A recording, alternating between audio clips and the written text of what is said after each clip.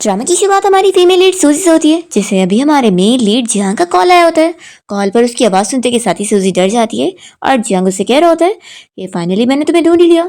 तो सूजी डर के मारे उसका कॉल कट करती है और वो सोचती है कि 6 साल बाद भी वो उसका पीछा नहीं छोड़ रहा है और वो तो उससे नफरत करता था ना।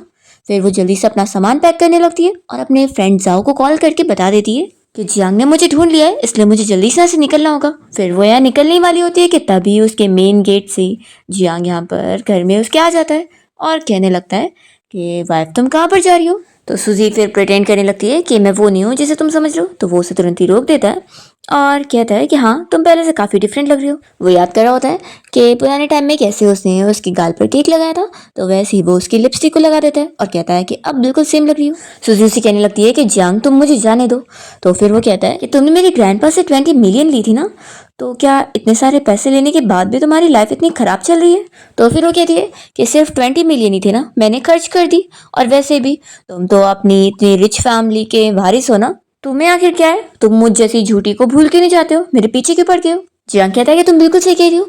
तो सूजी कहती है कि यानी फिर तुम मुझे जाने दे रहे हो। तो वो उसे हाँ बोल देता है और कहता है कि मैं तुम्हें 10 सेकंड का टाइम दे रहा हूँ, तुम अगर चली गई तो ठीक है। तो फिर वो जल्दी से भागने लगती है और जियांग नंबर काउंटिंग कर रहा होता है और उसके स्वेटर का जो रेड धागा है वो उसके हाथ में होता है और वो पुरानी चीजें याद करते हुए सोच रहा होता है कि सूजी तुम्ही ने मुझे बोली थी कि तुम मेरे हाथ में पकड़ी हुई काइट की तरह हो, कि तुम मुझसे कहीं पे भी दूर नहीं जाओगी। और सूजी फिर उस थ्रेड की वजह से फंस जाती है और पीछे मुड़कर फिर उसे कहती है कि तुम्हें क्या लगता है कि एक धागे की वजह से तुम मुझे यहाँ पकड़ लोगे। वो उस धागे को काट कर जल्दी से गेट खोलने जा रही होती है कि तभी इतने में जियांग का गार्ड बाहर से लॉक कर देता है और फिर सूजी यहीं पर ही फंस जाती है। सूजी फिर गुस्से में उसके पास आकर उसे चिल्लाती है कि तुम झूठे हो। तो वो कहता है कि तुम भी तो वही हो। सूजी उसे कहती है कि तुम रिवेंज लेना चाहते हो। तो वो कहता है कि तुम गैस करो। तो सूजी उसे चिल्लाकर कहती है कि क्या तुम मेरे साथ अपना हिसाब बराबर करना चाहते हो। तो फिर वो उसे किस कहने लग जाता है और फिर उसे उठाकर यहाँ पर अपने विला में ले आता है, जहाँ पर उसके सारे गार्ड्स उसे वेलकम कर रहे होते हैं। और जियांग तो सूजी को लेकर सीधा रूम में आ जाता है। कहता है कि मैंने बोला था कि तुम मुझे झूठ बोलोगी चलेगा, लेकिन तुम्हें मेरे पास ही रहना होगा। आखिर अब मेरा तुम्हारे ऊपर कर्जा है जो कि तुम्हें चुकाना ही होगा। तो फिर सूजी हार मान जाती है और कहती है कि ठीक है, तुम चाहते हो कि इस तरीके से ही मैं तुम्हें रिपे करूं, तो बताओ ये कब तक चलने वाला है। तो ये सुनकर वो गुस्सा होता है और फिर फोर्सली उसे किस करने लगता है। इतने में यहाँ पर सूजी के दिए हुए सरप्राइज गिफ्ट की लाइट जलने लगती है, जिसे फिर दोनों ही देखते रह जाते हैं और अपने पास्ट को याद करते हैं। हमें फिर फ्लैशबैक में दिखाते हैं कि सूजी और जियांग का रिलेशन बहुत ही अच्छा चल रहा होता है और जियांग सूजी से यही डिस्कस कर रहा होता है कि अगर वो दोनों का बेबी हो जाएगा तो तभी वो उसे सरप्राइज देती और बताती है कि वो डैड बनने वाला है। तो फिर वो बहुत ज़्यादा खुश होता है और यहाँ पर फिर इसके साथ ही फ्लैशबैक खत्म होता है और जियांग सूजी से कहता है कि ठीक है, मैं तुम्हें छोड़ दूंगा, लेकिन तुम मेरे बच्चे को मुझे दे दो। फिर वापस से हमें एक फ्लैशबैक दिखाते हैं जिसमें सूजी जियांग को छोड़कर जा रही होती है। तो फिर वो उसे मना रहा होता है और रोक कर कहने लगता है कि वो प्रेग्नेंट भी है। तो सूजी उसे साफ कह देती है कि मैं कोई प्रेग्नेंट नहीं हूँ। फिर इसी के साथ ही फ्लैशबैक खत्म होता है और सूजी यहाँ पर जियांग से कहने लगती है कि जब कोई बच्चा है ही नहीं तो मैं तुम्हें क्या रिटर्न करूँ। तो कहता है कि अभी नहीं है तो क्या हुआ, ऐसा जरूरी थोड़ी ना कि फ्यूचर में भी ना हो। सूजी उसे चिल्लाने लगती है कि तुम पूरे पागल हो चुके हो। वो कहती है कि तुम चाहो तो किसी भी लड़की को चूज कर सकते हो, तो आखिर मैं ही क्यों। तो जियांग उसे कहता है कि तुमने मुझसे झूठ बोली ना, तो उसकी कीमत तुम्हें चुकानी होगी। तुमने खुद बोली थी ना कि हमारा बच्चा होगा, तो अब हो के रहेगा। तो बोलकर वो उसे फोर्सली किस कर रहा होता है और सूजी उसे दूर करने की कोशिश कर रही होती है। इतने में गार्ड बाहर से जियांग को आवाज देकर उसे बताने लगता है कि उसके ग्रैंडपा आए हुए, वो तुरंत ही उसे बात करने के लिए बुला रहे हैं। तो फिर सूजी इससे कहने लगती है कि तुम्हारे ग्रैंडपा इस चीज़ के लिए तुम्हें कभी अलाउ नहीं करेंगे। तो जियांग यहाँ पर फिर से सूजी को फोर्सली किस करते हुए कहता है कि आज मुझे कोई नहीं रोक सकता। फिर वो तुरंत ही यहाँ पर अपने ग्रैंडपा से बात करने के लिए आता है, जो कि अपने गार्ड्स के साथ उसका इंतजार ही कर रहे होते हैं। तो जियांग आकर अपने ग्रैंडपा से पूछता है कि आखिर उन्हें क्या काम है। तो फिर वो कह रहे होते हैं कि उस लड़की को यहाँ से भेजो। तो वो मना करता है कि अगर मैं उसे यहाँ से ना निकालूँ तो उसके ग्रैंडपा चिल्लाने लगते हैं कि वो एक झूठी लड़की है, वो तुम्हारी कंपनी को भी तुमसे छीन लेगी। तो इतने में यहाँ पर सूजी पहुंच जाती है और कहती है कि ग्रैंडपा आखिर मेरे अंदर इतनी एबिलिटी कहाँ पर है। तो उसे ऐसे देखकर ही ग्रैंडपा कहने लगते हैं कि सच में तुम बहुत ही खराब लड़की हो। सूजी जियांग के पास आकर उसे कहने लगती है कि सब गलती तुम्हारी है, तुमने इतना देर लगा दी है, अब देखो मुझे कितनी ज्यादा भूख लग रही है। तो जियांग सोच में होता है कि वो कौन सी ट्रिक्स खेल रही है। सूजी सोच रही होती है कि जियांग के ग्रैंडपा उसे पसंद नहीं करते, तो वो उनका यूज करके अपने आप को यहाँ से निकलवा सकती है और ऐसे वो जियांग के कंट्रोल से बाहर हो जाएगी। ग्रैंडपा सूजी से कहते हैं कि क्या तुम भूल गई हो, तुमने मुझसे 20 मिलियन ली थी जियांग को छोड़कर जाने का। तो फिर वो कहती है कि ग्रैंडपा ऐसा नहीं है कि मैंने अपना काम नहीं करी, मैं तो चली गई थी, पर आपके ग्रैंडसन ने खुद ही मुझे लेकर आया है। और फिर सूजी जियांग से कहने लगती है कि मुझे बहुत भूख लग रही है, तो चलो हम लोग ब्रेकफास्ट करते हैं। तो वो उसे ब्रेकफास्ट के लिए लेकर जाने लगता है और अपने ग्रैंडपा से कह रहा होता है कि अब आप जाओ यहाँ से। तो सूजी सोचती है कि मैं उन्हें ऐसे जाने नहीं दे सकती। वो जल्दी से जाके ग्रैंडपा को रोकने लगती है कि आप ब्रेकफास्ट करके जाओ। तो ग्रैंडपा गुस्सा हो जाते हैं कि तुम्हारे साथ मैं कभी बैठकर कुछ खाऊंगा नहीं। तो वो मन में सोच रही होती है कि मुझे कौन सा खाना है। तो ग्रैंडपा गुस्से में गार्ड्स को ऑर्डर देते हैं कि इस लड़की को यहाँ से बाहर निकालो। तो सूजी तो खुश होने लग जाती है कि जल्दी जल्दी आ जाओ। पर इतने में जियांग उन गार्ड्स को चिल्लाता है कि उसे हाथ भी मत लगाना, और वो अपने गार्ड से कह देता है कि मेरे ग्रैंडपा को लेकर जाओ। तो फिर ग्रैंडपा गुस्सा हो जाते हैं और जियांग से कहने लगते हैं कि क्या तुम मुझे चेयरमैन की पोजीशन से निकालना चाहते हो। तो वो कहता है कि हाँ ठीक है, यही कर लेते हैं, वैसे भी सभी शेयर होल्डर्स यहीं पर ही है, तो चलो अगर आपको हाफ वोट भी मिल गए ना तो फिर आपकी पोजीशन मेरी होगी। और फिर यहाँ पर सभी जियांग के साइड होते हैं। तो जियांग अनाउंसमेंट कर देता है कि ग्रैंडपा अब चेयरमैन की पोजीशन मेरी है, तो अब आपको कोई फिक्र करने की जरूरत नहीं, तो अब सारे डिसीजन भी मैं ही लूँगा। वो गार्ड से कह देता है कि मेरे ग्रैंडपा को लेकर जाओ। तो फिर ग्रैंडपा गुस्से में चले जाते हैं। तो सूजी उन लोग को रोक रही होती है, पर वो सभी जा रहे होते हैं और जियांग इसका हाथ पकड़ के कहने लगता है कि अच्छा तो तुम मेरे ग्रैंडपा का यूज़ करके यहाँ से भागना चाहती थी, लेकिन ये सपने में ही हो सकता है। तो फिर वो उसे कहती है कि तुम्हारी तो इंगेजमेंट हो रही है ना, तो तुम मेरे पीछे क्यों पड़ गए हो। तो फिर वो कहता है कि मेरी किसी के साथ भी इंगेजमेंट हो, तुम्हें उससे क्या, हमारे बीच में तो कोई फीलिंग्स नहीं है ना, तुम्ही ने तो मुझे ऐसा बोली थी। सूजी कहती है कि तुमने ही कहा था ना कि तुम्हें मेरे साथ बेबी करना है। तो वो कहता है, जियांग पूछता है कि तुम्हारे बेबी होने से आखिर मेरे एंगेजमेंट का क्या लेन देन है।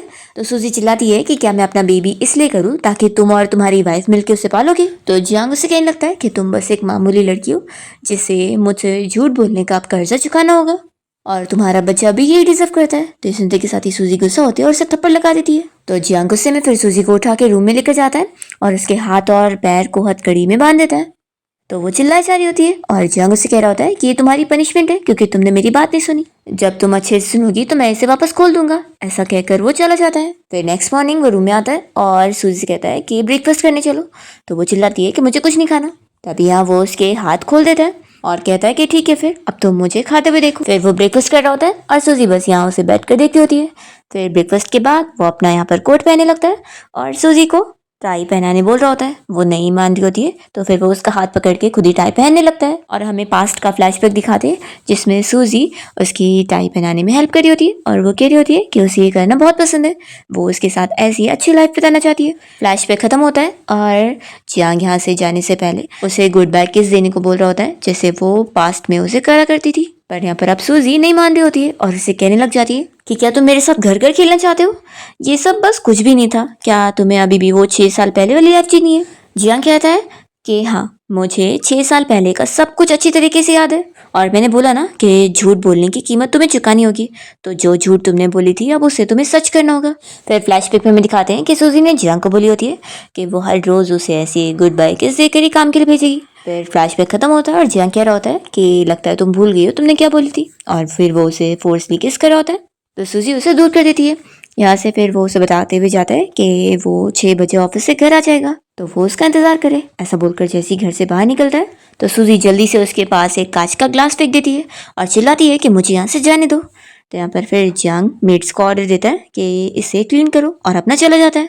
तभी सूजी को मेट के पास फोन दिखता है और फिर सूजी चुपके से फोन लाकर अपनी बेटी शाओ से कॉल पर बात करती है और उसे कहती है कि वो उसे जल्दी मिलने आएगी और उसे बर्थडे गिफ्ट भी देगी। तभी इतने में यहाँ पर जियांग आ जाता है और वो सूजी को कॉल पर बात करते हुए सुन लेता है कि किसी बच्ची की आवाज आ रही थी और वो उसे मॉम कह रही थी। वो जल्दी से सूजी को बाहर निकालता है और उसे पूछने लगता है कि क्या हमारा बच्चा है, तो वो मना करती है कि हमारा कोई बच्चा नहीं है। जियांग फोन में देखने की कोशिश करता है तो उसने नंबर डिलीट भी कर चुकी होती है। फिर वो उसे गुस्से में उठाकर यहाँ बात के पास ले आता है और पूछता है कि वो किसका बच्चा था। तो कहती है कि तुम्हारा तो नहीं था। तो गुस्से में फिर उसे टब में फेंक देता है और उसे कहता है कि मैं आज इस बारे में पता लगा के रहूंगा। वो तुरंत ही फिर कार में बैठता है और अपने असिस्टेंट को ऑर्डर देता है कि पता करो कि वो फोन नंबर किसका था और वो एड्रेस भी कहाँ पर है, पूरा स्पेसिफिक मुझे पता करके बताओ। और फिर जियांग अपना और सूजी का पास्ट याद करने लगता है और हमें फ्लैशबैक में दिखाते हैं कि जब सूजी ने उसे बताई थी कि वो डैड बनने वाला है तो वो बहुत ज्यादा खुश हो गया था।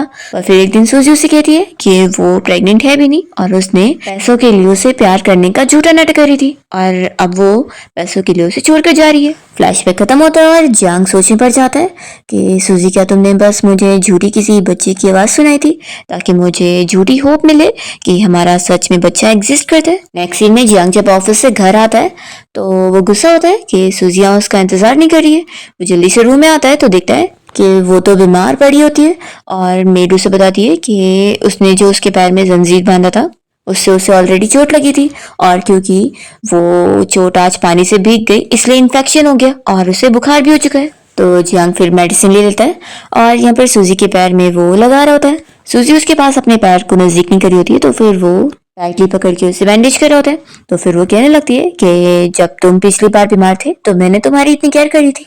और फिर जियांग सूजी से इस बारे में फिर से पूछने लगता है कि क्या सच में हमारा बच्चा है। तो वो कहती है कि अगर सच में होगा तो क्या तुम उसे देखना चाहोगे। तो फिर वो कहने लगता है कि वो कहाँ पर है। सूजी उसे एक एड्रेस बता देती है जिसमें फिर वो नेक्स्ट डे आ जाता है और सोच रहा होता है कि सूजी ने उसे बताइए कि उसने अपने बच्चे को किसी फ्रेंड को संभालने दी हुई है। तो यहाँ पर जियांग तो काफी नर्वस होते हुए आता है और बहुत ही खुश भी कि वो फाइनली अपने बच्चे से मिलने वाला है। पर यहाँ पर फिर जियांग को पता लगता है कि ये जगह पे तो कोई और ही लोग रहते हैं और वो समझ जाता है कि उसने मुझे फिर झूठ बोली। वो सोचता है कि हाँ वो इतनी सेल्फिश है तो आखिर वो ऐसे कैसे हमारा बच्चा करेगी। फिर इतने में जियांग का असिस्टेंट आकर उसे बताता है कि मिस सूजी गायब हो गई है। तो ये सुनकर वो गुस्सा होता है और हम देखते हैं सूजी को जो कि एक होटल रूम में आके छुप गई होती है। और फिर यहाँ पर वो अपनी बेटी शाओ को कॉल लगाती है जो कि उसकी फ्रेंड जो के साथ होती है। यहाँ पर जो से कहता है कि तुम फिक्र मत करो, मैं शाओ का अच्छे से ख्याल रख लूंगा, बस तुम अपना ध्यान रखना। जियांग के गार्ड्स पक्का तुम्हें ढूंढ ही रहे होंगे। तो वो कहती है कि मैंने यही सोची हूँ कि कुछ टाइम के लिए अभी मैं यही होटल रूम में रहूंगी और जब वो लोग मुझे ढूंढना बंद करेंगे तभी मैं वापस आऊंगी। तो शाओ कह रही होती है कि मॉम जल्दी वापस आना। और फिर सूजी कॉल कट करती है और यहाँ पर फिर वो याद करती है और हमें फ्लैशबैक में दिखाते हैं जियांग के ग्रैंडपा ने सूजी को मिलने के लिए बुलाए होते और कहते हैं कि इससे पहले कि मैं तुमसे कुछ भी डील करूं तुम पहले जियांग के थॉट सुन लो तुम्हारे बारे में। और फिर वो उसे जियांग की बातें जो उन्होंने रिकॉर्ड की वो सुनाने लगते हैं जिसमें जियांग कह रहा होता है कि मेरा जो बच्चा है वो इनोसेंट है लेकिन सूजी जो कि एक गरीब पैसों की लालची लड़की है तो मैं उसे छोड़ दूंगा और अपने बच्चे को उससे ले लूंगा। जियांग के ग्रैंडपा सूजी को ये रिकॉर्डिंग सुनाकर कहते हैं कि तुमने सुन ली ना, जियांग की नजर में तुम बस एक टूल हो तो वो तुम्हें कोई नहीं मानता और देखो मैंने तुम्हें यहाँ पर तुम्हारे फायदे के लिए बुलाया। तो सूजी बिलीव कर लेती है और वो सोचती है कि मैं अपने बच्चे को ऐसे कोल्ड ब्लड वाले डैड के पास नहीं रहने दूंगी, मेरा बच्चा मेरी इकलौती फैमिली है। और वो उसी वक्त ही डिसाइड कर लेती है और फिर फ्लैशबैक खत्म होता है और सूजी इसी बारे में सोच रही होती है। इतने में यहाँ पर जियांग को उसके गार्ड्स बताते हैं कि उन लोगों ने सूजी की लोकेशन को ट्रैक कर लिया है और वो सब बैठकर देख रहा होता है। फिर यहाँ पर सूजी को अचानक से टेलीफोन में कॉल आती है तो वो डरते भी जाके कॉल उठाती है और स्टाफ उसे बताती है कि उसका खाना आ गया है तो वो लेने के लिए आ जाए। फिर यहाँ पर हम देखते हैं जियांग को जो कि अपने ग्रैंडपा की कही हुई बात याद करने लगता है। फ्लैशबैक में फिर हमें दिखाते हैं कि जियांग के ग्रैंडपा उसे इस बारे में बताते हैं कि उसकी मॉम एक गोल्ड डिगर थी जिन्होंने उसका यूज करके इस फैमिली में आने की कोशिश करी थी। तो ग्रैंडपा जियांग को ये कहते हैं कि शाओ भी तुम्हारी मॉम की तरह है, वो भी सेम तरीका अपना रही है तुम्हें ब्लैकमेल करने के लिए। तो ग्रैंडपा नहीं मान रहे होते और कहते हैं कि तुम्हें बिल्कुल नहीं पता है, वो अच्छी लड़की नहीं है, इसलिए मैं ना उसे रहने दे सकता हूँ और ना उसके बच्चे को। तो ये सुनते के साथ ही जियांग को सूजी और बच्चे दोनों की फिक्र होती है कि उसके ग्रैंडपा कुछ भी कर सकते हैं। तो वो सोचता है कि पहले मुझे ग्रैंडपा को शांत करना पड़ेगा, इसलिए वो उन्हें झूठ कह देता है कि ग्रैंडपा आखिर मेरा बच्चा इनोसेंट है और सूजी तो बस एक पैसों की लालची लड़की है तो मैं उसे छोड़ दूंगा और अपने बच्चे को उससे ले लूंगा। फ्लैशबैक खत्म होता है और जियांग इसी बारे में ही सोच रहा होता है। इतने में सूजी फिर स्टाफ से अपना खाना लेने लगती है और वो उसे बताती है कि किसी बंदे ने उसके लिए ये बॉक्स भी भेजा है। जैसे ही सूजी फिर इस बॉक्स को खोलती है तो उसमें हथकड़ी को देख के डर जाती है कि जियांग ने उसे फिर भी आखिर ढूंढ ही लिया। फिर इतने में टेलीफोन पर जियांग उसे कॉल कर रहा होता है और सूजी समझ जाती है तो जल्दी से तार खींच के तोड़ देती है और होटल रूम से बाहर निकल जाती है भागने के लिए। तभी उसे गार्ड्स पीछे लग जाते हैं तो सूजी यहाँ से भागते हुए फिर होटल से बाहर निकलती है और एक टैक्सी पकड़ लेती है। इतने में टैक्सी ड्राइवर उसे बताता है कि कोई बंदे ने उसके लिए कॉल किया है और सूजी को फिर पता लगता है कि वो कोई और नहीं जियांग है। सूजी बहुत ज्यादा डर जाती है और ड्राइवर को तुरंत ही कार रोकने बोलती है और बीच रास्ते में वो बहुत ज़्यादा डर रही होती है कि जियांग उसे हर जगह ढूंढ ले रहा है। वो समझ जाती है कि उसने उसके ऊपर कोई ट्रैकिंग डिवाइस लगा दी है जिससे वो उसकी हर लोकेशन जान जा रहा है। वो यहाँ से भागते हुए फिर अपना पर्स भी फेंक देती है और चली जाती है। और फिर चलते चलते सूजी एक विलेज साइड वाले थोड़ी एरिया में आ जाती है जहाँ पर वो एक अंकल को बहुत सारे पैसे देकर उसका फ़ोन खरीद लेती है। और सो तुरंत ही अपनी फ्रेंड को कॉल लगाती है और कहती है कि वो उसकी बेटी शाओ को लेकर एक पुराने घर में आ जाए जहाँ पर वो बचपन में रहा करती थी। फिर सूजी जैसे ही अपने इस पुराने घर में पहुंचती है तभी वहां पर टीवी में एक वीडियो प्ले होने लगता है जो कि सूजी ने जियांग के लिए वीडियो बनाई थी। उसमें वो उसे हैप्पी बर्थडे विश कर रही थी। और इतने में सूजी ये वीडियो जैसी देखती है तो वो शॉक होती है और जियांग उसे पीछे से आकर हक कर लेता है और पूछता है कि क्या तुम्हें मेरा सरप्राइज पसंद आया। तो सूजी बहुत ज्यादा शॉक होती है और उससे डरने लगती है कि आखिर तुमने मुझे कैसे ढूंढ लिया। जियांग उसके पास चाकू लेकर पड़ता है तो सूजी तो डर रही होती है। वो उसके पैर को पकड़ता है और उसकी बैंडेज को कट करते हुए वो डिवाइस निकाल कर उसे दिखाता है।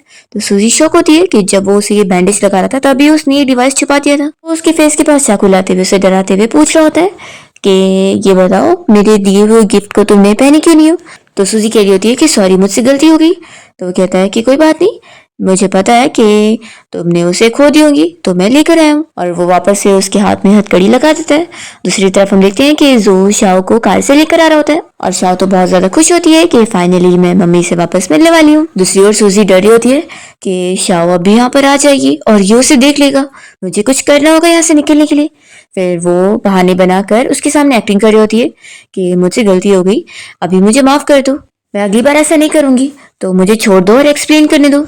तो फिर जियांग कहने लगता है कि पक्का तुम कोई बहाने बना रही होंगी। तो सूजी उसे कहने लगती है कि ऐसा नहीं है। वो उसे झूठ झूठ बहाने बनाते हुए कहने लग जाती है कि मैं तुम्हारे साथ बेबी करने के लिए तैयार हूँ। तो यहाँ पर फिर जियांग कहता है कि मुझे तुम्हारे साथ कोई बेबी नहीं चाहिए और अगर हमारा कोई बच्चा हुआ भी ना तो मैं उसे मार दूंगा। तो सूजी सुन के डर जाती है और इमेजिनेशन करने लगती है कि अगर उसकी बेटी शाओ भी यहाँ पर आ गई तो जियांग फिर बहुत ज्यादा गुस्सा होगा और वो उसे मार देगा। तो सोच लेती है कि नहीं, मुझे कैसे भी करके इसे शाओ से मिलने नहीं देना होगा। वो जियांग से कहने लगती है कि मुझे पता है कि तुम अभी भी 6 साल पहले वाली लाइफ को मिस कर रहे हो ना, और तुम जानबूझ के मुझे ऐसे हार्श वर्ड्स कह रहे हो ताकि मुझे बुरा लगे। तो वो कहता है कि तुम अपने आप को बहुत ज्यादा प्राउड फील कर रही हो। सूजी उसे कहने लगती है कि तुमने मेरे बारे में इन्वेस्टिगेट करवाए थे ना, तो तुम्हें कहाँ तक चीजें पता लगी, तुम्हें क्या पता लगा कि मैंने तुम्हारा ट्रस्ट गेन करने के लिए क्या क्या झूठ बोली थी और क्या क्या नाटक करी थी। तो जियांग ये सब सुनकर उसे चुप रहने के लिए बोल रहा होता है, पर सूजी उसे जानबूझ के प्रोवोक कर रही होती है और कहती है कि ये जगह पे मैं बचपन में रहती थी, तो तुमने यहाँ पर आए तो और भी चीजों को नहीं देखे। वो इसे एक बोर्ड दिखाती है और कहने लगती है कि देख लो कैसे तुम तक पहुंचने के लिए मैंने कैसे प्लानिंग करी थी और तुम्हारे साथ मैंने जो भी बोली थी, जो भी हुआ था वो सब झूठ था, तुम्हारे लिए मेरा प्यार बस प्लान किया हुआ था। जियांग तो ये सब देखकर शौक हो रहा होता है। सूजी उसे कहने लगती है कि क्या हुआ, अब सच को अपनी आंखों से देखने में तुम्हें बहुत बुरा लग रहा है। तो जियांग फिर बहुत ज्यादा शौक हो जाता है याद करते हुए कि सूजी के साथ जो उसका रिलेशन था वो पूरा ही झूठ था। फिर वो गुस्से में उसके पास बढ़ते हुए कहने लगता है कि तुम अब तक मुझसे झूठ बोलती आ रही थी। यहाँ पर सूजी डर के मारे उसके सामने चाकू कर लेती है जिससे जियांग के हाथ में चोट लग जाती है और वो फिर उससे कहता है कि दोबारा तुम मुझे अपनी शक्ल भी मत दिखाना, चली जाओ यहाँ से, नहीं तो फिर मैं तुम्हें सच में मार दूंगा। और वो सूजी को जाने दे देता है तो वो यहाँ से भाग जाती है और फिर जियांग तो बस सूजी का ये वीडियो देखकर यहाँ पे रोने लग जाता है। फिर सूजी यहाँ से भागते हुए अपने फ्रेंड जू को कॉल लगाकर उसे कह रही होती है कि वो शाओ को जल्दी से यहाँ से लेकर चला जाए। तो फिर वो कहता है कि सॉरी, शाओ को तुम्हारे डैड ने छीन कर लेकर गए। ये सुनकर वो शॉक होती है और यहाँ पर उसके डैड की कार फिर खुलती है और वो देखती है कि शाओ उसके डैड की कार में बैठी हुई है। फिर उसे भी यहाँ पर आना पड़ता है। उसके डैड उसे बोल रहे होते हैं कि वो 6 सालों तक उनसे कहीं छुप कर बैठी हुई थी और अब फाइनली उन्हें मिल गई है। सूजी के डैड उसे जियांग के साथ सारे रिश्ते तोड़कर उनके पास आने के लिए बोल रहे होते हैं और कह रहे होते हैं कि फिर वो उसके लिए एक अच्छी शांति भरी जगह ढूंढेंगे जहाँ पर वो लोग हैप्पीली रहेंगे। तो सूजी हाँ बोलती है। उसके डैड उसे कह रहे होते हैं कि तुम थक गई होगी ना तो तुम सो जाओ। तो फिर वो देख रही होती है कि उसकी बेटी भी सेफ है। फिर वो याद कर रही होती है और हमें फ्लैशबैक में दिखाते हैं कि सूजी एक ऑर्फन थी, तभी उसे मिस्टर ली ने अडॉप्ट करे थे और उसे बताए थे कि अब से वो उन्हें डैड बोलेगी क्योंकि वो अब उसकी फैमिली है। तो सूजी यकीन कर लेती है कि अब सच में उसे एक फैमिली मिल गई जिस पे वो ट्रस्ट कर सकती है। वो उनके साथ चली जाती है और फिर उसे पता लगता है कि उसके जो ये अडॉप्टिव डैड है मिस्टर ली, उसने सिर्फ उसे इसलिए अडॉप्ट किया है ताकि वो उसे अपने टास्क देकर पैसे लूटने का काम करवा सके। और इस तरीके से वो सूजी से काम करवा रहे होते हैं। एक दिन वो उसे जियांग का फोटो देते हैं और उसे फंसाने का ये मिशन देते हैं जिससे वो उसकी फैमिली से पैसे लूट सके। तो फिर एक दिन वो उन्हें 20 मिलियन का वो चेक ला कर दे देती है जो जियांग के ग्रैंडपा ने उसे दिए थे, जिसे देखकर सूजी के ये अडॉप्टिव डैड मिस्टर ली खुश हो जाते हैं कि उसने सच में कर दिखाई। तो वो तो उसे और भी बड़ा मिशन नेक्स्ट बारी संभालने के लिए दे रहे होते हैं। तो सूजी मना करने लग जाती है कि मुझे अब ये सब काम और नहीं करना है। तो फिर उसके डैड उसे समझाने लगते हैं कि तुम क्या बोल रही हो, ये तो बस शुरुआत है, हम दोनों साथ मिलकर अभी क्या क्या नहीं अचीव करेंगे। तो उसी वक्त ही सूजी ये भी डिसाइड करती है कि उसे जियांग से तो दूर भागनी होगा और साथ ही अपने इस अडॉप्टिव डैड से भी दूर जाना होगा, तभी वो अपने बच्चे को प्रोटेक्ट कर पाएगी। फ्लैशबैक खत्म होता है और यहाँ पर सूजी की जैसी नींद खुलती है तो वो देखती है कि शाहूकार में है ही नहीं। वो बहुत ज़्यादा डर के चिल्लाने लगती है कि शाह आखिर कहाँ पर है। तो फिर उसके अडॉप्टिव डैड उसे बताते हैं कि वो बहुत सेफ जगह पर है, अच्छे से वो वहाँ पर खाएगी पिएगी, तुम फिक्र मत करो। तो फिर वो कहती है कि आपने उसे कहाँ पर छुपाया हुआ है, मुझे मेरी बेटी वापस करो। तो फिर उसके डैड कहते हैं कि मैं तुम्हें नहीं देने वाला क्योंकि तुम फिर भाग जाओगी और अब जब तक तुम मेरा ट्रस्ट वापस नहीं गेन कर लेती तब तक वो तुमसे दूर ही रहेगी। सूजी पूछती है कि आप क्या चाहते हैं। तो फिर वो बोलने लगते हैं कि मेरे दिए हुए नए टास्क को कंप्लीट करो तो मैं तुम्हें तुम्हारी बेटी से मिलने दे दूंगा। तो सूजी फिर पूछती है कि अब इस बार का टास्क क्या है। तो फिर वो उसे बताते हैं कि उसे ये नेकलेस को एक आदमी के पास से लेकर आना होगा और वो उसे उस बंदे का फोटो देकर बताते हैं कि ये तुम्हारा टारगेट है जिसे अब तुम्हें सेड्यूस करना है। तो सूजी फिर उस बंदे का फोटो देखने जा रही होती है और उसे डर लग रही होती है कि कहीं वो जियांग ना हो, पर वो जियांग की फोटो नहीं होती है बल्कि किसी मिस्टर जैंग नाम के बंदे की होती है। वो पूछती है कि आखिर इस बार मुझे कौन सा रोल प्ले करना होगा। तो फिर उसके डैड बता रहे होते हैं कि पियानिस्ट का, क्योंकि इस मिस्टर जैंग को पियानो सुनना बहुत पसंद है। सूजी कहने लगती है कि मुझे पियानो प्ले करना नहीं आता। तो उसके डैड कहते हैं कि ये मैं नहीं जानता, ये तुम्हारा काम है। फिर पार्टी में हम देखते हैं कि सूजी यहाँ मास्क पहनकर पियानो प्ले करने में लगी होती है और तभी वो मिस्टर जैंग उसे नोटिस करता है। तो सूजी ये देखकर खुश हो जाती है कि उसका प्लान कामयाब हो गया, उसने सच में उसे नोटिस कर लिया क्योंकि इसने पता करी थी कि उसे यही वाला सॉन्ग पसंद है। और फिर सूजी यहाँ पर जियांग को भी देखकर शॉक हो जाती है और डरने लगती है और जियांग उसे देखते ही पहचान लेता है। फिर सूजी अपना पियानो प्ले करने के बाद उठकर यहाँ से चली जाती है और तभी वो मिस्टर जैंग उसका नेकलेस जाकर उठा लेता है।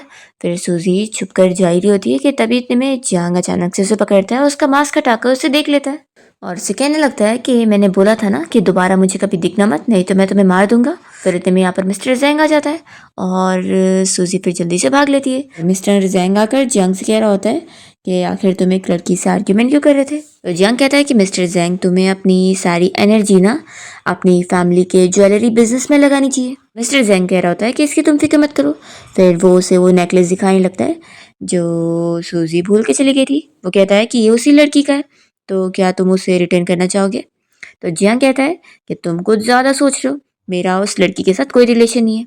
तो मिस्टर जैंग फिर खुश हो जाता है और कहने लगता है कि फिर आखिर मेरा और उस लड़की का कुछ भी हो तो तुम्हें इस बात से प्रॉब्लम तो नहीं होगी। जियांग कहता है कि नहीं होगी और फिर वो चला जाता है और मिस्टर जैंग ये चीज़ नोटिस कर रहा होता है।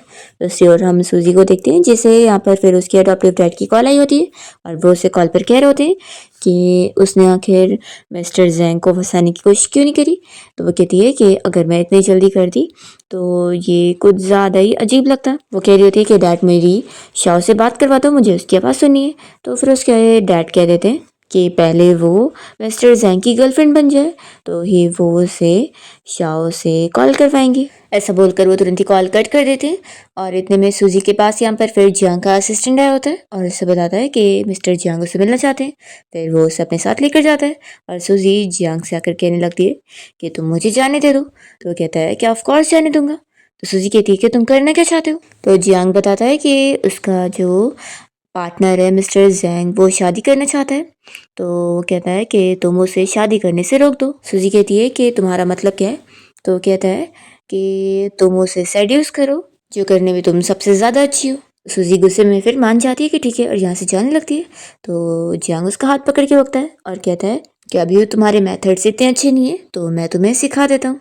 वो उसे अपने साथ यहाँ पर बोर्ड गेम खिलाने के लिए लेकर आता है और उसे बताता है कि कल वो मिस्टर जैंग को यहाँ पर गेम खिलाने के लिए साथ में लेकर आना है, तो यहीं पर ही उसे कल वो सेड्यूस करेगी। वो पूछता है कि मैंने तुम्हें गेम खेलना सिखाया था तो बताओ तुम्हें आता है कि नहीं, और वो उसे खेल कर यहाँ पर सिखाने भी लग जाता है। तो सूजी उसे देखकर फिर अपना और उसका पास्ट याद करने लगती है और उसे खेल कर दिखाती है। तो कहता है कि तुमने बहुत अच्छा खेली, लेकिन ये काफ़ी नहीं है। वो उसके पास आता है और उसे यहाँ पर सिखाने लगता है कि किसी मैन को सेड्यूस करने के लिए इस तरीके से किया जाता है। तो सूजी उसे कुछ नहीं कह रही होती है और उसे जो करना है वो करने दे रही होती है। और फिर उसके आँख में आंसू निकल रहे होते हैं। तो जियांग कह रहा होता है कि हाँ, तुम्हें किसी मैन को सेड्यूस करने के लिए ऐसे ही झूठे आंसू भी दिखाने। वो उसे किस करने वाला होता है, पर सूजी अपना फेस साइड कर लेती है और कहती है कि तुम मुझसे प्रॉमिस करो कि ये सब के बाद तुम मेरा पीछा छोड़ दोगे और मुझे परेशान नहीं करोगे दोबारा। जियांग इस पर कुछ नहीं कहता है और उससे बताता है कि उसके फ़ोन पर मिस्टर जैंग का कॉल आ रहा है, तो वो कॉल उठा ले। फिर कॉल पर यहाँ मिस्टर जैंग सूजी को बताने लगता है कि तुम्हारा ब्रेसलेट मेरे पास रह गया है, तो क्या हम लोग कल मिल सकते हैं? मैं तुम्हें तुम्हारी चीज़ रिटर्न करना चाहता हूँ। तो सूजी फिर मान जाती है और नेक्स्ट डे फिर ये मिस्टर जैंग जियांग के साथ यहीं बोर्ड गेम खेलने के लिए आया होता है। मिस्टर जैंग कह रहा होता है कि तुम्हारे साथ मैंने इतने सालों से काम किया और मुझे पता नहीं था कि तुम गेम खेलने में इतने अच्छे हो। और फिर वो खुद भी खेल कर दिखा रहा होता है कि उसे भी आता है। फिर इतने में सूजी यहाँ पर पहुंच जाती है, तो वो मिस्टर जैंग उसका ब्रेसलेट उसे पहना देता है और कहता है कि तुम भी हमें गेम के लिए ज्वाइन करो। सूजी कहती है कि मुझे खेलना नहीं आता। तो वो कहता है कि कोई बात नहीं, मैं तुम्हें सिखाता हूँ। फिर उसका हाथ पकड़ के यहाँ लेकर आता है और उसे वो वैसी गेम सिखा रहा होता है जैसे जियांग सूजी के साथ कर रहा था। और वो कहता है कि तुम तो बिल्कुल ही परफेक्ट हो, सच में, तभी तो तुम मिस्टर जियांग की एक्स वाइफ हो। ये सुनकर फिर जियांग भी शॉक होता है और सूजी भी सोचने लगती है कि इसे मेरे और जियांग के रिलेशन के बारे में पता है। तो जियांग फिर हंसकर कहने लगता है कि तुम्हें फिर ये नहीं पता कि उससे डिवोर्स भी मैंने ही लिया हूँ, और लगता है मेरी फेंकी हुई चीज़ को तुम्हें उठाने का बड़ा शौक है। वैसे भी मैं यूज़ करके थक ही चुका था, तो ठीक है तुम ही यूज़ कर लो, मुझे कोई प्रॉब्लम नहीं है। फिर सूजी का यहाँ समझ आ जाता है कि ये मिस्टर जैंग मुझ में इसलिए इंटरेस्ट ले रहा था क्योंकि मैं जियांग की एक्स वाइफ हूँ, ना कि मेरी वजह से। फिर वो यहाँ जियांग के पास जाती है और सीधा उसे थप्पड़ लगा देती है और उसे स्लो से कहने लग जाती है कि वो मिस्टर जैंग तुम्हारी चीज़ों में ज़्यादा इंटरेस्टेड है, तो उसे सेड्यूस करने से इजी रहेगा कि मैं तुम्हें सेड्यूस करूँ। वो उसे खुद को किस करने बोलती है। तो यहाँ पर फिर जियांग इस मिस्टर जैंग को दिखाने के लिए तुरंत ही सूजी को किस करता है। तो सूजी फिर तुरंत ही जियांग से दूर होने का नाटक करते हुए यहाँ जैंग के पास आ जाती है और जैंग जियांग को चिल्लाता है कि अब तुमने उसे छोड़ चुके हो तो भूल जाओ और उसके ऊपर छोड़ो कि वो किसे चूज करना चाहती है। तो सूजी तो फिर मिस्टर जैंग का हाथ पकड़ती है और फिर वो उसे यहाँ से अपने साथ लेकर चला जाता है। सूजी फिर मिस्टर जैंग के घर आ जाती है और यहाँ पर उसे वो नेकलेस भी दिख जाता है जो उसके डैड ने उसे लाने के लिए बोले थे। और फिर यहाँ पर मिस्टर जैंग सूजी को वाइन ड्रिंक करने के लिए देता है, तो वो जल्दी से ड्रिंक करी होती है। वो कहता है कि इतने जल्दी नहीं। तो सूजी उसे रोकती है और कह देती है कि जब जियांग ने मुझे परस्यू करा था तो इतनी आसानी से मैं मानी नहीं थी, उसने मुझे बहुत सारे गिफ्ट भी दिया था। वो उसे ब्रेसलेट दिखा रही होती है। तो फिर मिस्टर जैंग कहता है कि अच्छा, तो उसने बस तुम्हें ये मामूली सा ब्रेसलेट दिया है। तो सूजी कहने लगती है कि मुझे ये नेकलेस बहुत ज़्यादा पसंद है। तो वो उसे रोक देता है कि ये नहीं, तुम्हें इसके अलावा जो चाहिए मैं वो तुम्हें दे सकता हूँ। तो सूजी मना कर देती है कि तुम्हारी सिंसियरिटी ज़्यादा नहीं है, तो ठीक है फिर मैं चलती हूँ। तो मिस्टर जैंग सूजी से कहने लगता है कि आखिर ऐसे कैसे तुम जा सकती हो, मैं जियांग से ज़्यादा काम का हूँ, समझी। और वो उसे हैरेस करने की कोशिश करता है। इतने में सूजी के फ़ोन पर जियांग की कॉल आती है, तो ये उसका फ़ोन उठा लेता है। सूजी चिल्लाते हुए मिस्टर जैंग को अपने से दूर रहने के लिए बोल रही होती है और मिस्टर जैंग जानबूझ के कॉल पर जियांग को ही सुना रहा होता है और कह रहा होता है कि तुम्हारा एक्स हस्बैंड कुछ भी नहीं कर पाएगा। तो यहाँ पर जियांग को बहुत गुस्सा आती है और वो कॉल कट करता है और फिर यहाँ पर वो कुछ ऐसा ऑर्डर देता है जिसकी वजह से मिस्टर जैंग को बीच में कॉल आ जाती है कि उसका कुछ बहुत बड़ा लॉस हो गया है। तो वो तुरंत ही यहाँ से कंपनी जाने के लिए निकलता है और फिर सूजी यहाँ से बाहर आ जाती है और जब वो रास्ते में चल रही होती है तभी जियांग की कार रुकती है और उसका असिस्टेंट उसे कार में बैठने के लिए बोल रहा होता है।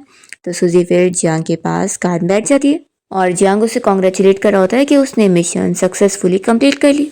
तो सूजी फिर उसे कह रही होती है कि मिशन कहाँ सक्सेसफुल हुआ, क्योंकि बीच में ही उसकी कोई कंपनी की सिचुएशन खराब हुई और वो तुरंत चला गया। तो जियांग बताता है कि वो चाहता ही यही था। वो उसे दिखाता है कि उसकी और जैंग की जो फोटो लीक हुई उस वजह से उसकी शादी ऑलरेडी टूट चुकी है। तो फिर सूजी भी देखती है कि उसने वो सारी फोटो लीक करवा दिया। ये देखकर वो शॉक होती है, तो उसे बहुत बुरा लगता है कि उसने ये सब देख लिया। वो बस इसी बारे में सोच रही होती है कि उनका रिलेशन कितना अच्छा था और अब वो इस पॉइंट पर पहुंच गए। सूजी को ऐसे फील करता हुआ देखकर जियांग को उसकी फिक्र होती है, पर वो याद करता है कि उसने उसे बोली थी कि इन सब के बाद वो उसका पीछा छोड़ दे, तो वो फिर उसे हाथ नहीं लगाता और कहता है कि हमारा हिसाब बराबर हो गया। तो सूजी अपने आंसू पोंछ रही होती है और कार से निकलने जा रही होती है। तो वो पूछता है कि तुम कहाँ जा रही हो। सूजी कहती है कि तुमने मेरा और उसका अच्छा टाइम खराब कर दिए, तो मैं जा रही हूँ अब उससे सॉरी बोलकर मनाने के लिए। तो फिर ये कहता है कि तुम्हें पैसे चाहिए या फिर वो, क्या तुम इतनी शेमलेस हो कि पैसों के लिए कुछ भी करोगी? तो सूजी कहती है कि हाँ, मैं बहुत ही शेमलेस हूँ। और फिर वो अपना चली जाती है। दूसरी तरफ मिस्टर जैंग को उसके डैड यहाँ पर थप्पड़ मारते हुए चिल्ला रहे होते हैं कि उसकी जो ये फोटो लीक हुई है उसकी वजह से उसकी फियांसी ने उसके साथ शादी कैंसिल कर दी, और उन लोगों का जो बिजनेस मैरिज की जो काम की डील हुई थी वो भी अब खराब हो गई है उसकी वजह से। जैंग के डैड उसे जियांग का ही नाम लेकर कंपेयर कर रहे होते हैं कि वो जियांग को देख लो, वो कितना ज़्यादा आउटस्टैंडिंग है। तो जैंग उसे में कहने लगता है कि डैड, वो जियांग आपका बेटा नहीं है। तो फिर उसके डैड कह रहे होते हैं कि अगर वो मेरा बेटा होता ना तो मुझे यकीन है कि हमारी कंपनी को वो कितने आगे तक पहुंचा चुका होता। उसके डैड उसे भी बताते हैं कि कंपनी का जो एक और प्रोजेक्ट है वो जो अब्रॉड वाले बंदे ने लिया है उसके साथ तुम्हें पता है किसका अकाउंट मिला हुआ है? तो जैंग को पता लगता है कि वो कोई और नहीं बल्कि जियांग ही है। और फ्लैशबैक में फिर हमें दिखाते हैं कि जियांग ने ये काम जानबूझ के किया होता है ताकि उस जैंग को पता भी लगे। तो मिस्टर जैंग फिर इसी बारे में सोच रहा होता है कि लेकिन मुझे अब उसकी वीकनेस पता लग गई है। तभी यहाँ पर सूजी से मिलने पहुंच जाती है और बताने लगती है कि मैं तुम्हारी हेल्प कर सकती हूँ उस जियांग को एक्सपोज करने में। उसे बताने लगती है कि कल की जो फोटोज लीक हुई है ना, वो फोटोज लीक करने वाला कोई रिपोर्टर नहीं है बल्कि इसके पीछे जियांग का ही हाथ है। वो तुम्हारी एंगेजमेंट तोड़ने के लिए जानबूझ के ये सब कर रहा था। तो जेंग कहता है कि तुम्हें कैसे पता? तो सूजी बताती है कि उसने मुझे खुद बताया है कि वो जानबूझ के मेरा यूज कर रहा था तुम्हें फ्रेम करने के लिए। जेंग कहता है कि मैं तुम पे बिलीव कैसे करूं? पहले तुम मेरे क्वेश्चन का जवाब दो कि तुम्हें अगर पैसे इतने पसंद है तो तुमने आखिर जियांग के साथ ब्रेकअप क्यों करी थी पहले? तो सूजी फिर उसे बताने लगती है कि 6 साल पहले मैं प्रेग्नेंट हो चुकी थी और उसकी फैमिली मुझे एक्सेप्ट नहीं कर रहे थे, तो उसने मुझसे पीछा छुड़ाने के लिए मेरे बच्चे को भी अबॉर्ट करवा दिया था कि वो अपना फ्यूचर बचा सके। तो इसके लिए मैं उसे कभी माफ़ नहीं करने वाली। तो फिर जैंगो से कल के लिए सॉरी बोलने लगता है। तो सूजी कहती है कि सॉरी बोलने की ज़रूरत नहीं है क्योंकि मैं तुम्हें ये सब इसलिए बता रही हूँ क्योंकि मैं जियांग से नफरत करती हूँ, इसलिए नहीं कि मैंने तुम्हें माफ़ कर दी। तो वो कहता है कि मैं सिर्फ सॉरी बोलूँगा तो ये सिंसियर नहीं लगेगा, तो मैं तुम्हें ये नेकलेस दे सकता हूँ। तो नेकलेस देखकर तो वो खुश ही आती है पर सोचती है कि मुझे शांत बिहेव करना होगा।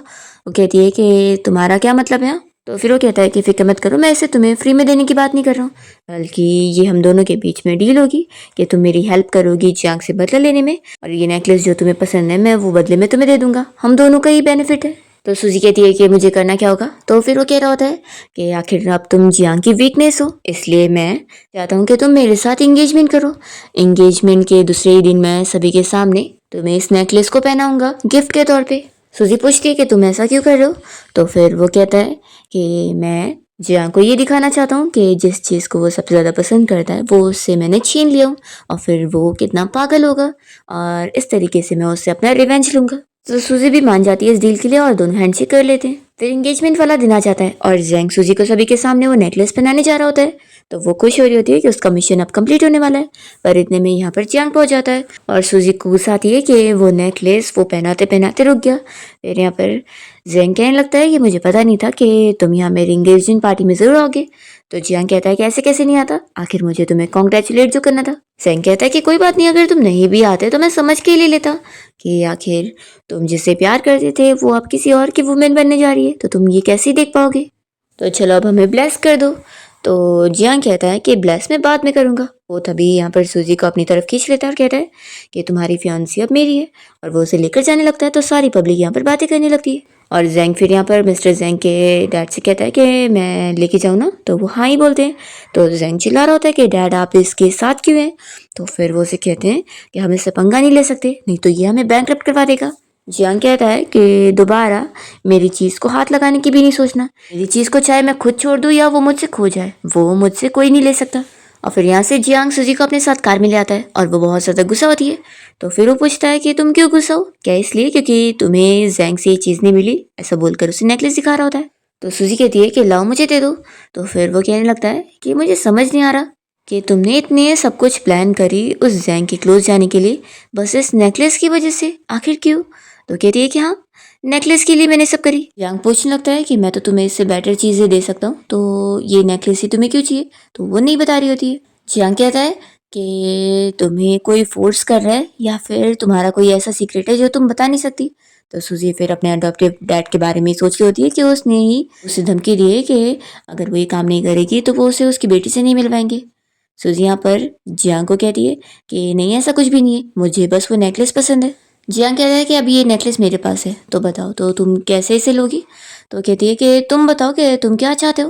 तो जियांग ऑफर करता है कि मैं तुम्हें अपनी 24 घंटे की पर्सनल नैनी बनाना चाहता हूँ। तो सूजी फिर मान जाती है और जियांग उसे बताता है कि चलो क्यों ना एक गेम खेलते हैं, ये नेकलेस मैं अपने पास छुपा देता हूँ और तुमने अगर ये नेकलेस मेरे पास से ढूंढ ली तो फिर ये तुम्हारा होगा। तो फिर सूजी डील कर लेती है और जियांग फिर हर जगह जाता है और उस नेकलेस को ही लेकर घूम रहा होता है और सूजी को बिल्कुल भी लेने नहीं दे रहा होता है। ऐसे वो हर तरीके से, चाहे उसके घर में हो चाहे ऑफिस में हो, हर जगह वो उसके पास ही घूम रही होती है और बिल्कुल भी उस नेकलेस को ले नहीं पाती है। यहाँ पर फिर वो क्लीनिंग के बहाने उसके पास आ जाती है। पहले तो उसके लैपटॉप के पास पानी वानी गिरा देती है, फिर जब वो बालकनी में खड़ा होता है तो वहां पर भी वो पहुंच जाती है क्लीनिंग का बहाना करके, पर फिर भी वो उसके पास से नेकलेस नहीं ले पाती। नेक्स्ट डे जियांग फिर कंपनी के काम से कोई एग्जीबिशन के लिए जाने वाला होता है, तो सूजी कहती है कि मैं भी चलूंगी और वो मन में सोचती होती है कि इतने पब्लिक वाले एरिया में वो उसे मौका देकर ले ही लेगी।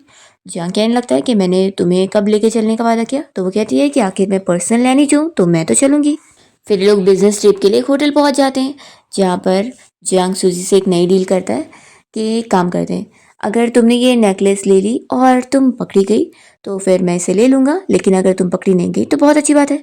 सूजी यहाँ पर फिर कुछ प्लान करती है और नेकलेस उसके हाथ लग जाता है, पर इतने में जियांग आकर उसे पकड़ लेता है और फिर वो कहता है कि ठीक है, आप ये नेकलेस मैं तुम्हें पहना ही देता हूँ।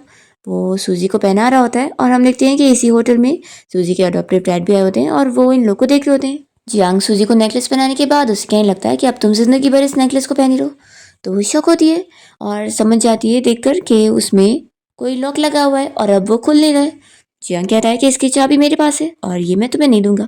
तुम्हें नेकलेस चाहिए था ना, तो इसे हमेशा पहनी रहो, मुझे कोई प्रॉब्लम नहीं है, लेकिन तुम तो मेरे साथ ही रहोगी। और फिर वो उसे अपने साथ होटल रूम में लेके जाता है।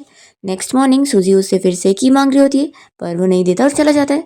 तो सूजी हर जगह फिर वो की ढूंढने लगती है। फिर जियांग सूजी को अपने साथ एक पार्टी में लेकर जाता है और वो सारे रिपोर्टर के सामने अनाउंसमेंट करने लगता है कि आप लोग इसे तो जानती होंगे, ये मेरी एक्स वाइफ है सूजी। मैं आप सभी को बताना चाहता हूँ कि मैं इससे अब दोबारा शादी करने वाला हूँ। तो सूजी बस शौक होकर उसे देख रही होती है और जियांग सारे रिपोर्टर्स का जवाब दे रहा होता है कि उसने सूजी को कब से रिक्वेस्ट किया था कि वो उसे वापस से शादी करने के लिए मान जाए, पर अब वो मानी है। तो सारे रिपोर्टर्स इन लोगों को कॉन्ग्रेचुलेट कर रहे होते हैं और तभी यहाँ पर सूजी के अडॉप्टिव डैड उसकी बेटी को लेकर यहाँ पर पहुंच जाते हैं। फिर सूजी यहाँ से कोई बहाना लेकर अपने इस डैड से मिलने पहुंचती है और उनसे कहने लगती है कि उसने ये नेकलेस उसके गले में लॉक करके पहना दिया है, तो क्या वो उसे कट करके दे दे। तो फिर वो मना करते हैं कि बिल्कुल नहीं, इस नेकलेस को कुछ भी डैमेज नहीं पहुंचना चाहिए, नहीं तो इसकी पूरी कीमत ही खराब हो जाएगी। और यहाँ पर उसके डैड उसके शाव से बिल्कुल भी मिलने नहीं दे रहे होते हैं। तो सूजी फिर उन्हें चिल्लाने लगती है। वो कहते हैं कि बस अपना ये मिशन कंप्लीट कर लो और हाँ, जल्दी से उस जियांग के पास जाओ, अगर उसे शक हुआ ना तो फिर हमारा सब कुछ खराब हो जाएगा। तो सूजी तुरंत ही जाती है और फिर यहाँ पर हम शाओ को देखते हैं जिसका बलून ऊपर चला गया होता है और वो उसे ले नहीं पा रही होती है। इतने में जियांग उसे देखकर उसकी हेल्प करने आ जाता है और पूछता है कि बच्ची, क्या तुम अपनी मम्मी से खो गई हो? चलो मैं तुम्हारी मम्मी से मिलवाने में तुम्हारी मदद कर देता हूँ। और फिर वो उसे रिसेप्शन पे लेकर जाकर स्टाफ को पता करने के लिए बोलता है कि ये बच्ची किस फैमिली की है और किस रूम की है, पता करो। इतने में सूजी के अडॉप्टिव डैड यहाँ पर आ जाते हैं शाह को लेने के लिए और उसे लेकर चले जाते हैं। फिर हम देखते हैं यहाँ पर जियांग को सूजी की वीडियो देखने मिलती है जिसमें वो बंधी हुई होती है और बता रही होती है कि प्लीज़ मुझे बचाने आ जाओ। ये वीडियो असल में उसका फ्रेंड जो रिकॉर्ड कर रहा होता है। हमें फ्लैशबैक में दिखाते हैं कि जो ने सूजी के पास आकर ये मिलकर प्लानिंग किया होता है कि उसे यहाँ से निकलना होगा और इसके लिए उसे जियांग से भी बचना है और अपने उस अडॉप्टिव डैड से भी।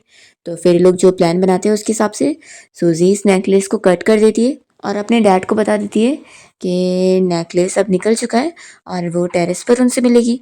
और फिर हम देखते हैं कि जब तक सूजी के डैड वो नेकलेस लेने पहुंचते हैं तो वो बड़े खुश हो रहे होते हैं और फिर उन्हें पता लगता है कि नेकलेस तो टूटा हुआ है।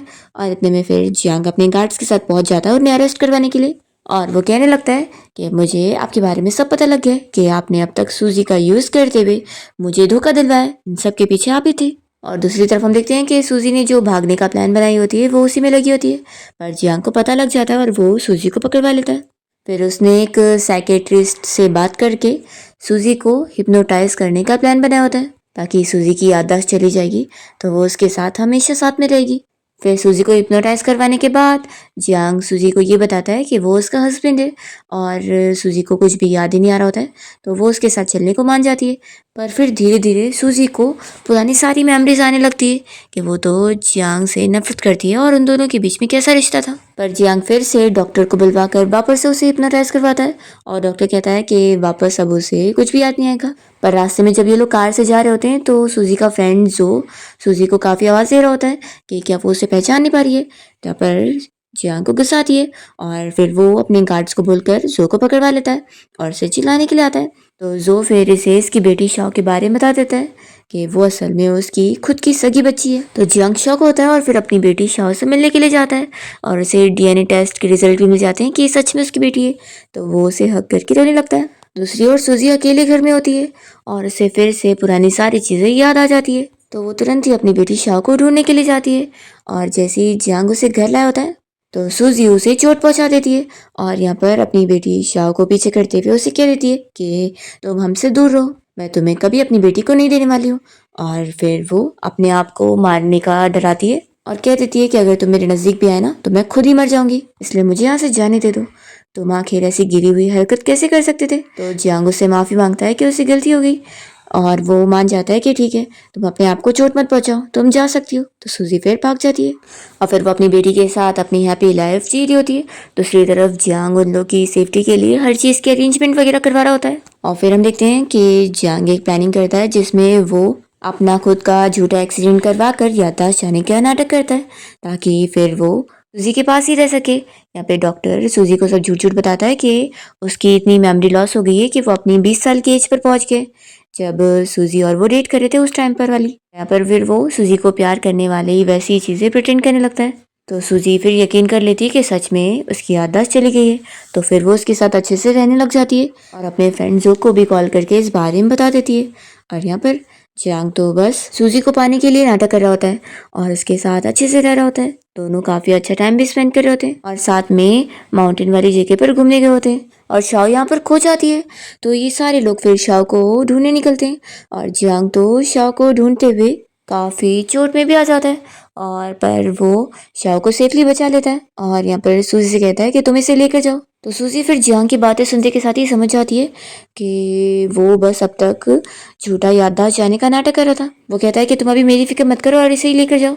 तो सूजी उसे कहती है कि अगर तुम चाहते हो कि मैं तुम्हें माफ़ करूँ तो तुम्हें जिंदा रहना होगा, तो इंतज़ार करना, मैं जल्दी वापस आती हूँ। और फिर वो यहाँ से शाह को लेकर जाती है और जब वापस रिटर्न आई रही होती है तभी उसे स्टाफ रोक लेते हैं कि वो नहीं जा सकती, नहीं तो फिर वो भी मुसीबत में पड़ जाएगी। फिर हॉस्पिटल में जब सूजी को होश आता है तो उसे जियांग का ही ख्याल आता है तुरंत और फिर उसे पता लगता है कि वो भी सेफ है और उसकी बेटी भी। और फिर फाइनली दोनों की ग्रैंड वेडिंग सेरेमनी हो रही होती है और अब जो सूजी से हर चीज़ की सारी माफ़ी मांगता है कि उसे वो सब झूठा प्रिटेंड नहीं करना चाहिए था और वो कहता है कि अब वो सब कुछ जान चुका है कि उसके अडॉप्टिव डैड के कहने पर ही उसे ये सारे मिशन पर काम करने पड़ रहे थे, पर वो सच में उससे प्यार कर बैठी थी और उसके ग्रैंडपा ने उन दोनों को अलग करने के लिए सारी झूठी प्लानिंग वगैरह करे थे जिसमें वो लोग फंस गए। वो कह रहा होता है कि मुझसे गलती हो गई, मैं अब समझ गया कि प्यार को फोर्स नहीं किया जा सकता और अब मैं तुम्हें कैद करने वाला दोबारा कभी कोई ऐसा काम नहीं करूंगा। तो सूजी ने भी उसे माफ कर दी होती है। फिर फाइनली इन लोग की वेडिंग सेरेमनी कंप्लीट होती है और इसी के साथ ही इस ड्रामा की हैप्पी एंडिंग हो जाती है।